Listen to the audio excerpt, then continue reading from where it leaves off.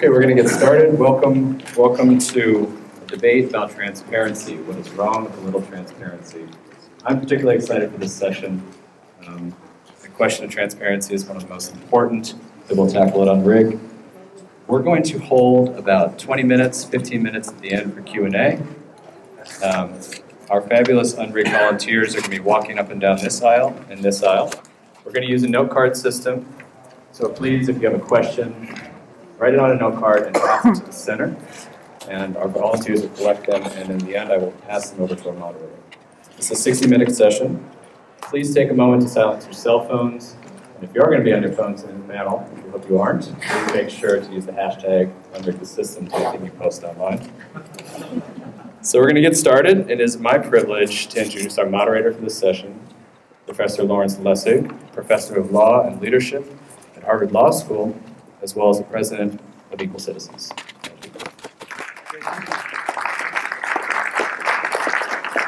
So I'm really grateful to have a chance to stand in the middle of this debate.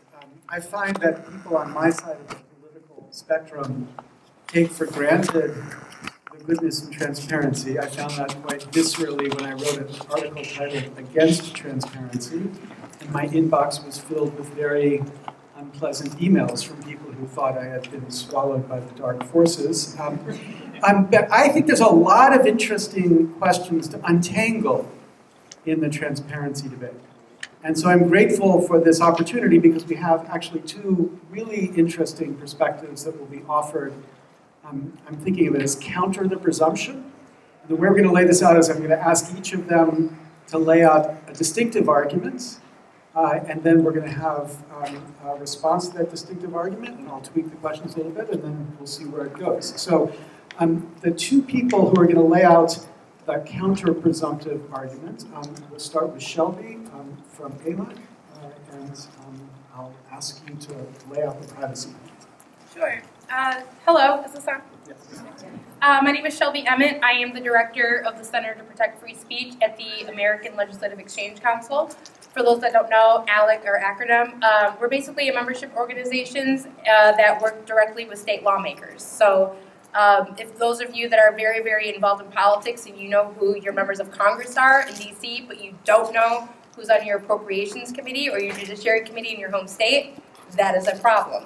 You should be aware and very engaged with that, because what happens at your state level in domestic policy has much more of an impact than anything anybody in D.C. will do. So my work in donor disclosure is very simple. My job is to educate lawmakers on your First Amendment rights. It's Congress that is not allowed to tell you who you can do, what beliefs you can have, who you can associate with. That's the whole point of the First Amendment. So my job is to educate lawmakers to make sure that they know their boundaries. The reason that I got involved with the donor disclosure issue is as much as we agree as an organization that believes in free markets and limited government, we agree that there's a problem, right? That there isn't enough transparency from your politicians' end. That if you, because of us, we believe in a limited government, you don't want your federal government, your state government to be too powerful. The power should reside with you. But what we've seen happen over the last couple of years is in the name of transparency, you're seeing bills that are actually forcing you to reveal the names of the organizations and the people that you donate to. It's not about what the politicians are donating to. It's about your donations being revealed, and that's a freedom of association issue.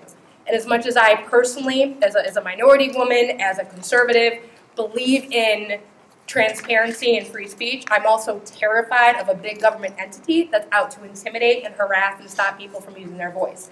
And that's what I've seen, not just through history, but what we're actually seeing in these bills. So many of the bills that we've seen advocated seem great on the surface, but they're so broad and they're so over-vague that what ends up happening is they're not worried about the politician in your local district who's getting money from so-and-so organization. They want to know what you have donated to, how much money you gave, and then what you can do with it. And that's my concern. I don't care what you believe in. I just don't think it's the government's business to know what you believe in. And that's where our position points. Okay, so this is on the issue of the privacy of donors in the context of the political process.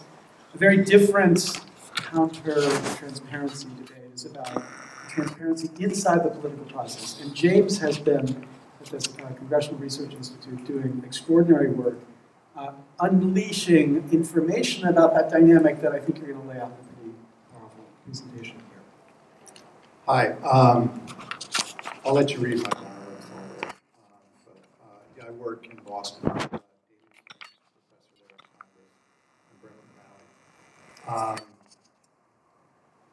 When the framers wrote the Constitution, they were actually very, very passionate about secrecy. So they wrote the Constitution in abject secrecy. They sealed the windows, put thick curtains on the windows, had armed guards inside and out. The public, as usual, wasn't very passionate about the idea at all. They didn't really care, though some newspapers published articles against this, and one of the newspapers called them the evil geniuses of darkness.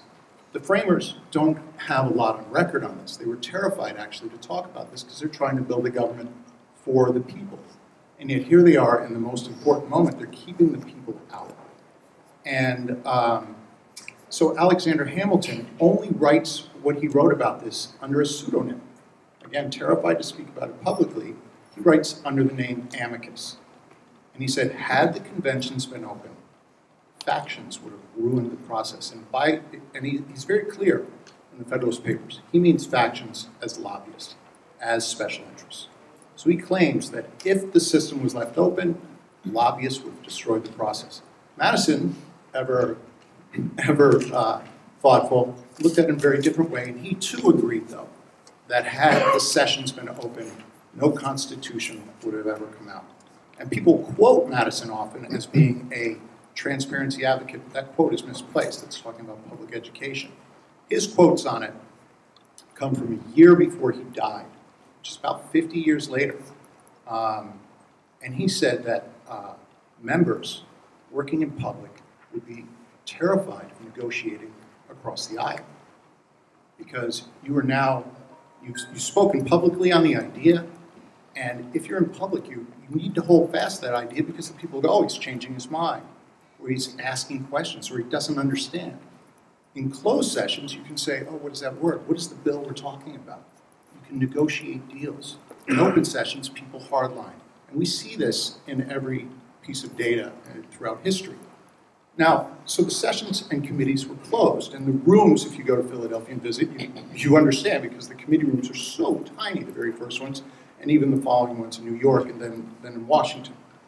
And I'll be done in about a minute now. The committees, all committees in the United States, all important committees of taxation, education, military, were secret. So John F. Kennedy, as a senator, 99% of his legislative actions were secret. You can't discover them. Entirely secret. And then they were opened in 1970, so they opened all these committees. And just as Madison and Hamilton predicted, lobbying and partisanship shoot up. Lobbying, if you're in 1969, a lobbyist is where? They're in the lobby. So they've got cheap shoes, cheap suits, and they're basically begging for attention. And there's very few of them because there's not enough money in it. And once that dynamic turns, once they're able to see exactly what individual legislators do, they can terrorize them. So we don't really see a lot of bribery, we see a lot of intimidation. And so we've done a lot of research on this, we've got a lot of data, and what's very interesting is we are not running into the counter research. We've never seen a paper showing the benefits of legislative transparency. We've never seen any data that supports transparency in these things. So that's the point I just want to lay out. And, Okay, great. So I'm going to start with our chairperson, the chairman of the FEC. Chair, okay. Sitting on a chairperson, or sitting on a chair. Ellen, I'm going to ask you to respond to Shelby, but of course you are the chair, so you get to say whatever you want. I love that. Hi, everybody. Welcome. Wow, there's a lot of people here. I can barely see you because there are lights in my eyes, but I'm glad to kind of see all of you. I actually have a couple of thoughts about what both James and Shelby were saying. My primary expertise is in campaign finance, money, and politics, but I also am a government official. I try and do business as a government official. And I think that what we've heard actually from both of them is a little bit of a parade of horribles, because yeah, we have meetings in the public. If all four current members of the FEC are deliberating, then that has to be done in public, and it has to be noticed.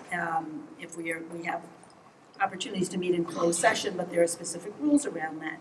That doesn't stop anybody from walking next door to the other guy's office and having a conversation privately with your colleague. And in fact, negotiating a deal at a public meeting is a really bad idea. You're probably going to miss some detail. You're going to be, writing on the fly. That's not a good way to have thoughtful legislation done or rulemaking done.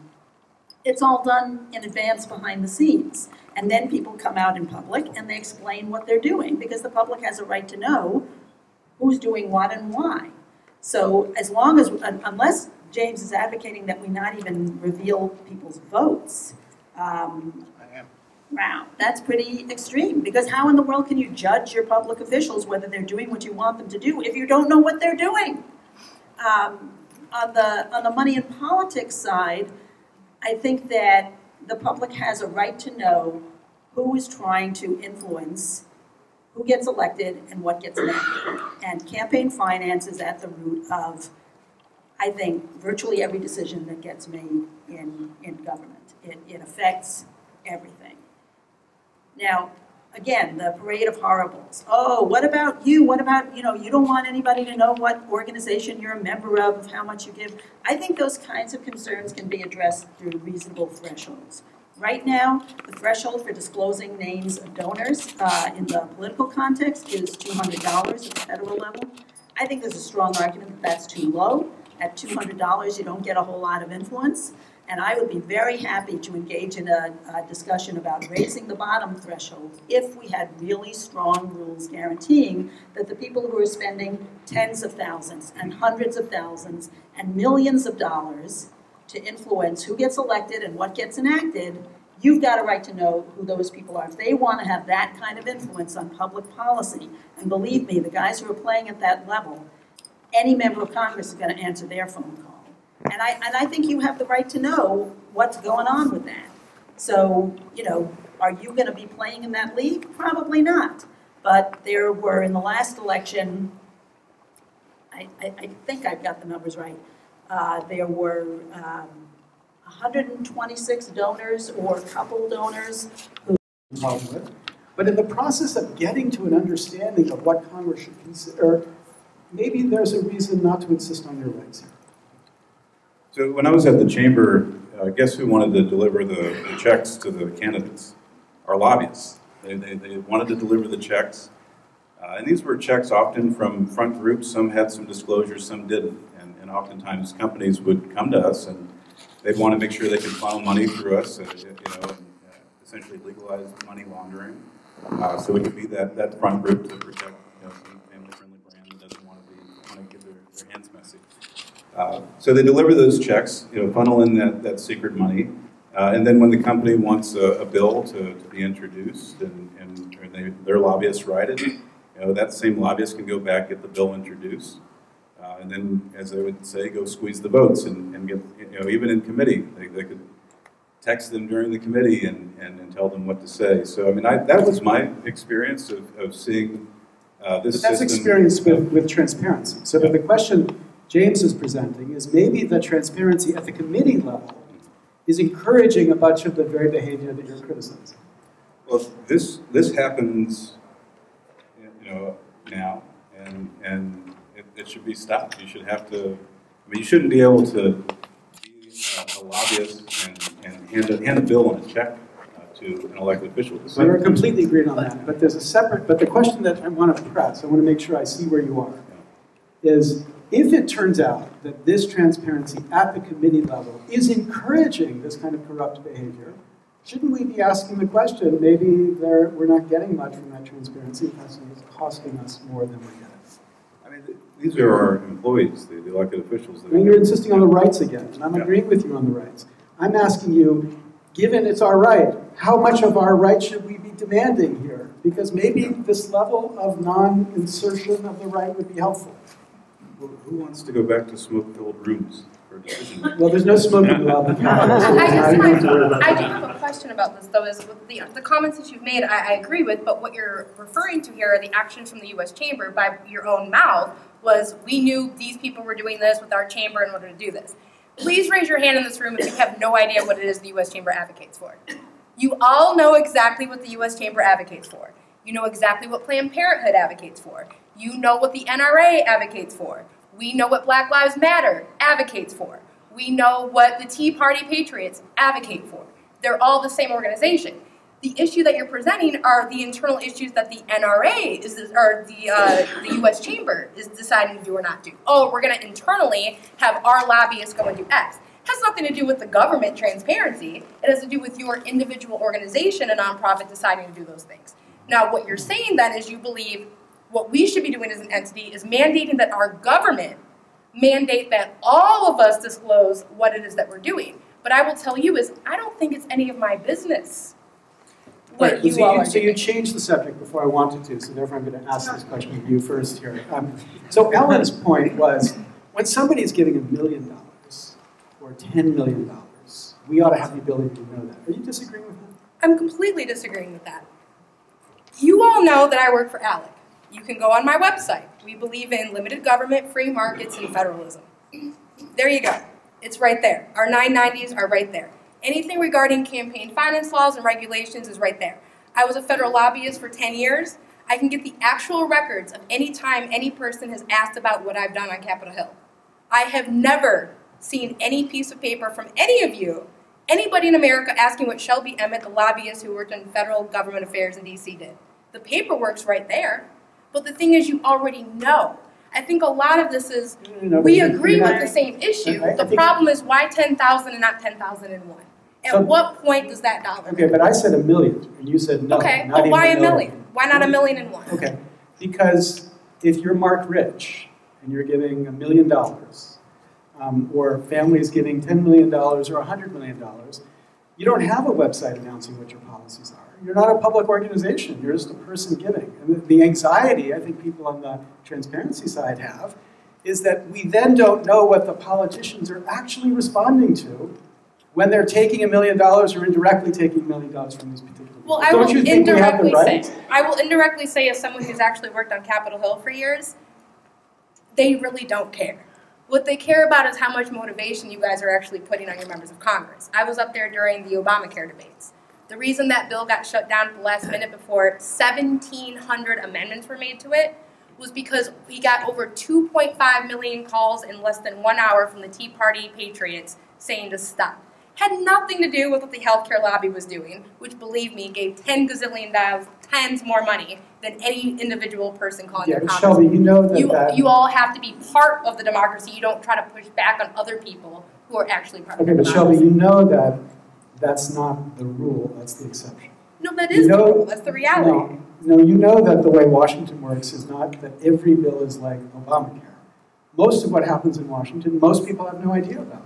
And so the fact that somebody has a very particular interest and gives $1 million in a campaign is very salient, or threatens, more like James's line, I think is much more realistic, threatens to be spending $1 million against you is very significant. And so do you really disagree with Dan's position that we as the public don't have a right to know that influence at some level? And we can argue about what the number is, but I would have thought $1 million was a pretty easy number to agree. I think when it comes to who your politicians are, you all have every single right. I have the right to know what the public official is doing and where that money is coming from. I do not think it is any of my business what you choose to donate to an organization that may or may not decide to do something else with it. You're using your voice. You're a freedom of association. The same thing that's happening now is exactly what you referenced.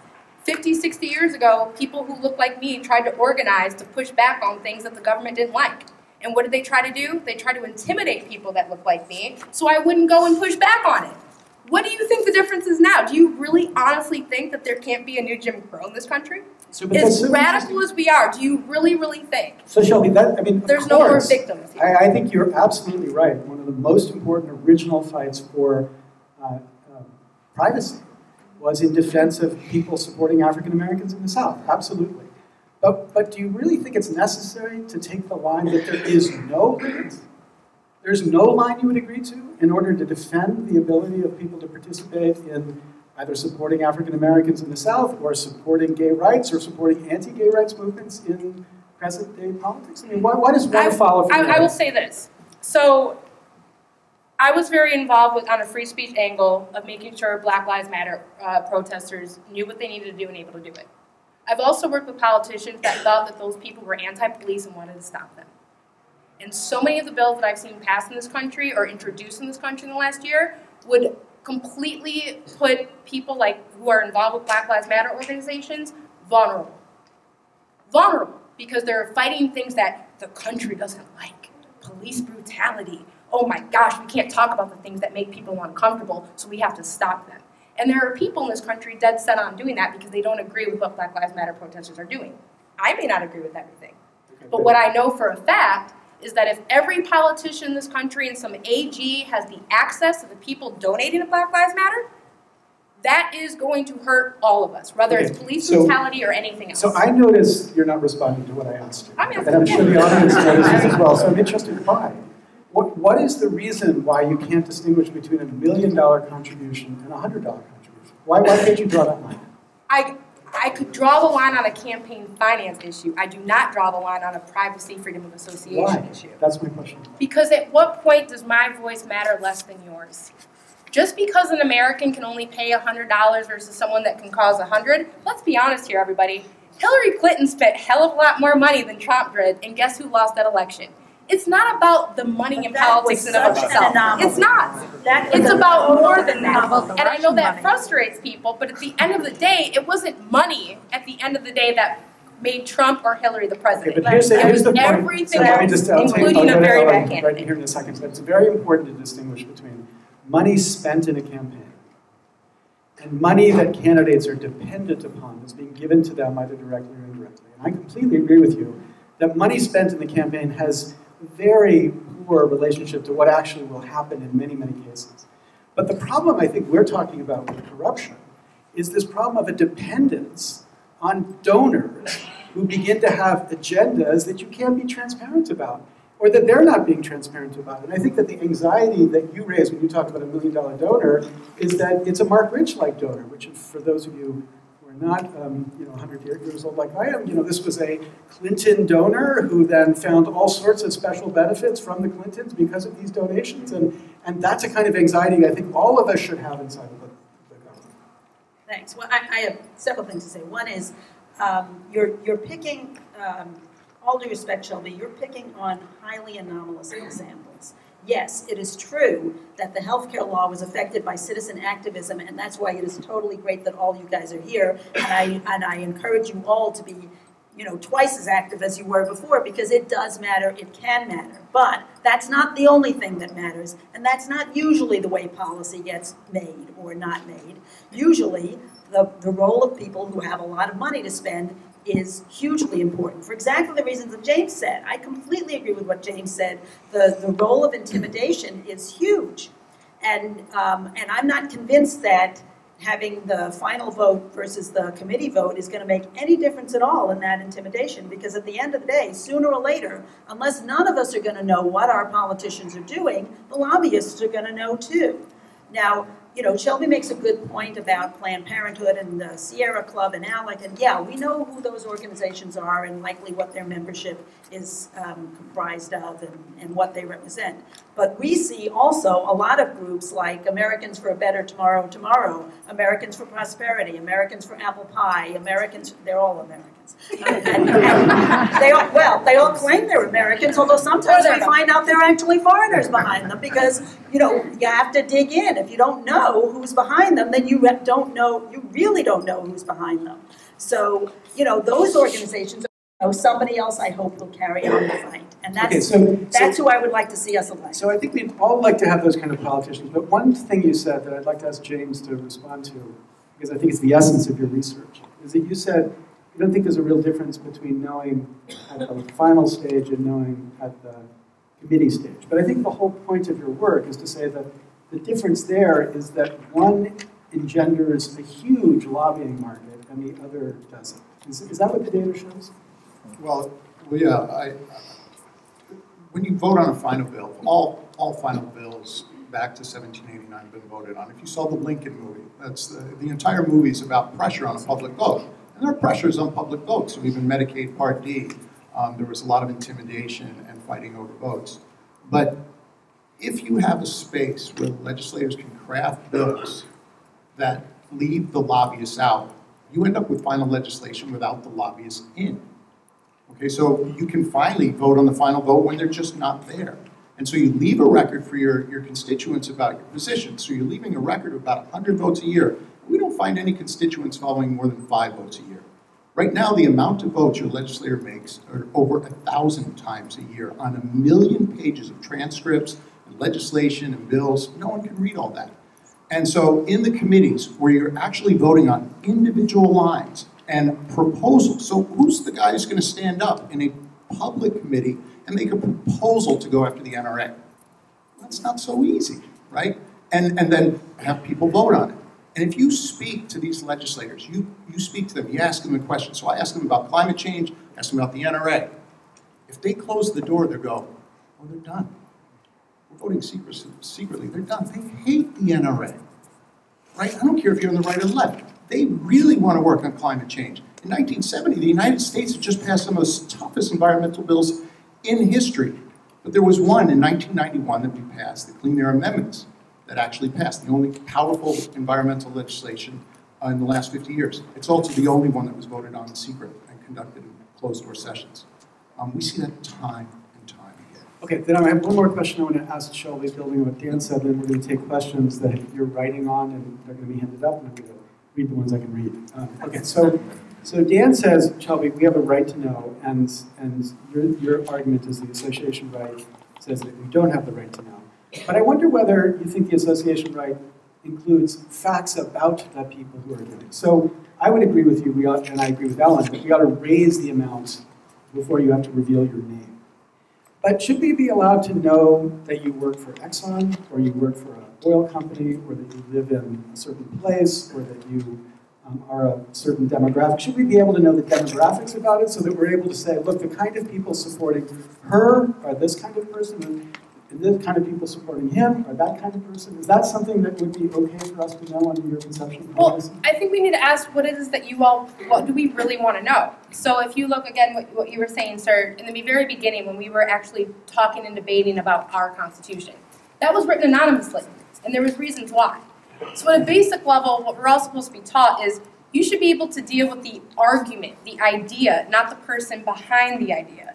You should be able to debate you should be able to do that, not say the only reason I'm not supporting this is because it's coming from this politician. Is this just a historic issue, or is it still relevant?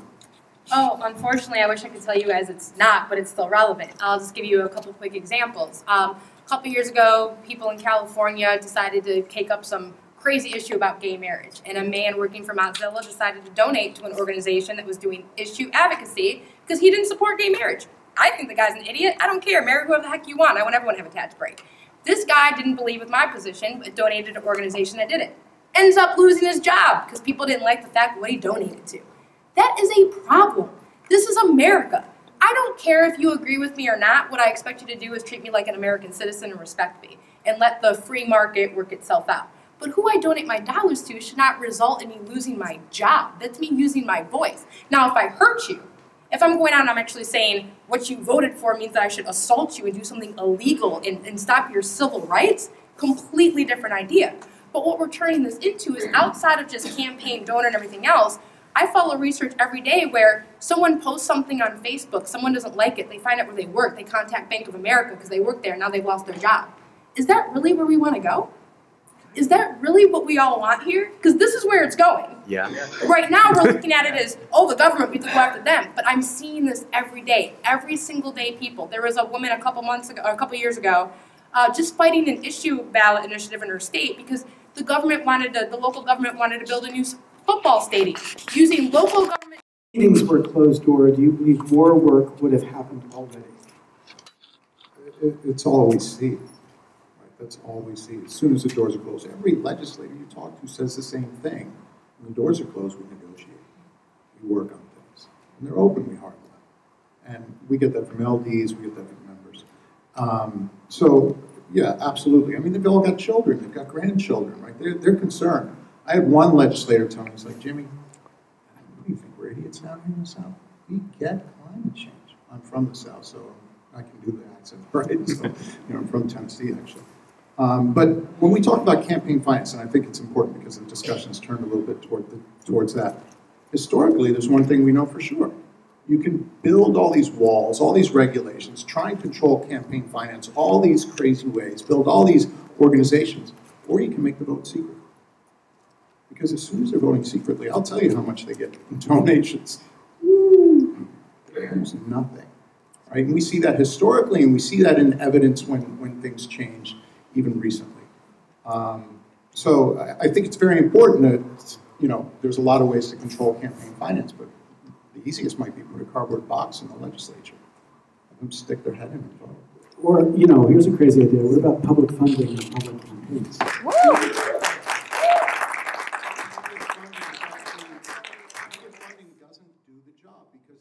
The fact that intimidation is one of the biggest problems. All right, so if I can put in $10 million into your district to take you out, no amount of public funding is going to clean that up. $100 million of nice ads is not going to make that any better. If you can't see my vote, that money doesn't come in. All right, so public funding is basically under the assumption that the legislators are venal and they're accepting bribes, and you just need to give them enough to overcome that. It's just absolutely not true. So it's a misguided idea. So and just want to add to that too, it also helps establishment incumbents, right? There's a reason a lot of lawmakers that push public financing, because guess who it helps and protects? We're seeing this on his ads act all over the country. It makes it harder. The reason everyone on the left and right hates Alexandria-Cortez is because that was a young woman who used no money, used social media and her own voice and beat an incumbent. That same incumbent, that same week after he lost his election, put up a bill for public financing of elections. Why? Because they're trying to stop everyday people from getting involved. That's why most of these bills you see come from incumbents. I didn't know we all hated her. I'm saying, left or right, you can't make the argument that someone like her is influential but didn't use any money in politics. She did it with no money. She had influence outside of that, and the incumbent that she beat was the first person to put up a public financing bill. Once again, an extremely anomalous situation. Those things happen, but they are rare. But again, not in today's parties, though. It's a younger party that's not using money that's pushing back. But James, so what's striking about your solution is that it's always, it seems like you're not willing to think about how these things could work together. So it's not just the intimidation, which I, of course, believe is a huge part of the problem. It's also the dependency that candidates have on the particular people who are funding their campaigns. Like they're spending 30 to 70% of their time calling certain people to raise money. That creates a certain kind of dependency. If we could put both of these together, like you and I put together our reforms. I get public funding, you get the committees. Would you think that's a better system than what we've got right now? I spoke, Dan and I actually had a great beer yesterday, and I actually am schools are enormously supportive of all the things that people are doing. The only thing I take issue, I told them how in love I am with the work they're doing on gerrymandering and how they're going state by state. And nothing about transparency solves that issue at all. So I entirely agree. I think some of your work about primary systems and all that is problematic. But I think it's very interesting to go back to the 1970s and look at the demographic makeup of our legislators who are not making phone calls at that time to raise money because there's no money to raise. They're all white, they're all male, and they're passing civil rights bills, environmental bills. Demographically, you would think they would write the worst bills in the world. But you close the doors, and as we like to say in Massachusetts, we're very left, right? We don't really care about the poor, but we hate the rich, right? the legislation reflects that. That's exactly what you see. So as soon as you open the doors, the tax rates in the rich plummet. Okay, and they've stayed flat ever since. Okay, so we have time, I think, for one more question. It's a really easy one, but it's important because a lot of people have this kind of question. Why don't we just make lobbyists and lobbying illegal? Constitutional right. I've been a I've been a lobbyist for public interest with RepresentUs.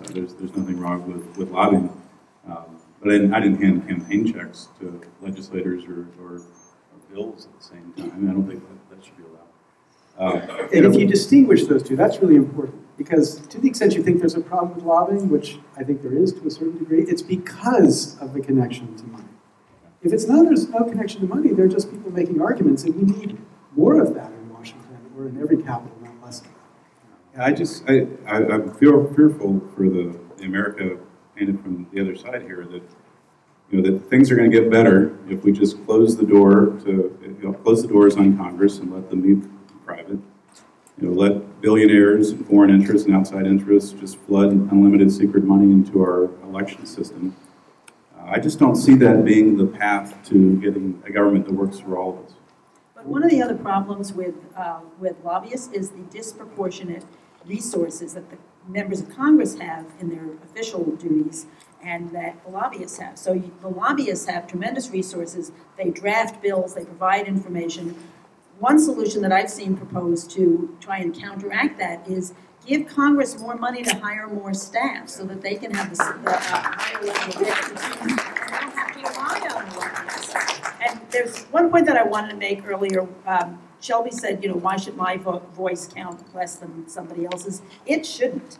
And that's why I'm so concerned, because right now it does.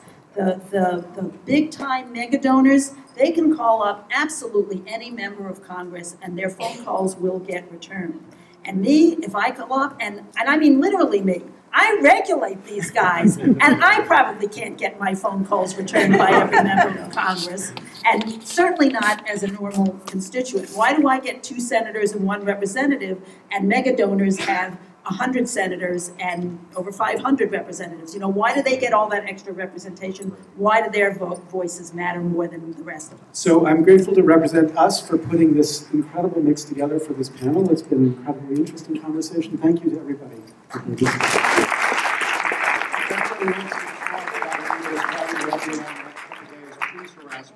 And I encourage everybody, please remember to look at the app too. There are people who've donated to this conference that did so anonymously, and if you really believe that anonymity should be protected, you should demand to know who they are.